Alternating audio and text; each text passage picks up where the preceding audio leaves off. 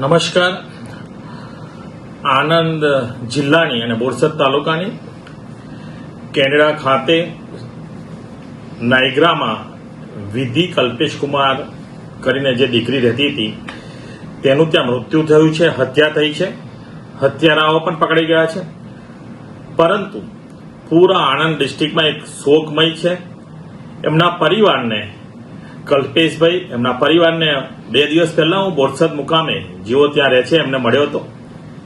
એમની એક લાગણી હતી કે એમની દીકરીની બોડી તાત્કાલિક એમના બોરસદ મુકામ સુધી, ગુજરાત સુધી આવી જાય. મેં આપણા વિદેશ મંત્રાલયમાં લેટર લખ્યો છે, એક મેલ બી કર્યો છે.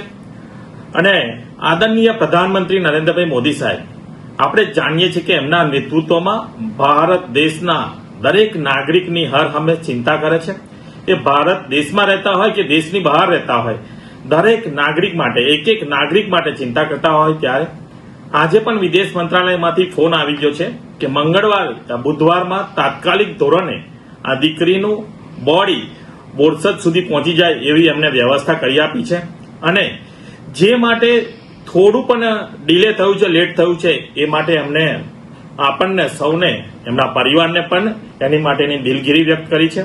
અને આ પરિવાર જે શોક એમને પર આવી ગયો છે, શોકમય પરિવાર છે, એમના ભગવાનના ચરણોમાં પ્રાર્થના કરું કે આ જે એમને ઘરમાં જે શોક આવ્યો છે એમાંથી અમને ખૂબ શક્તિ આપે, માતાજી શક્તિ આપે. અને આ પરિવાર સાથે પૂરા આણંદ જિલ્લાના સૌ નાગરિકો, જીતેલી સૌ પાંખ અને પૂરા સંગઠનના સૌ પદાધિકારી અને આ પરિવાર સાથે અમે સૌ ભારતીય જનતા પાર્ટીના સૌ કાર્યકર્તા એમની સાથે છે.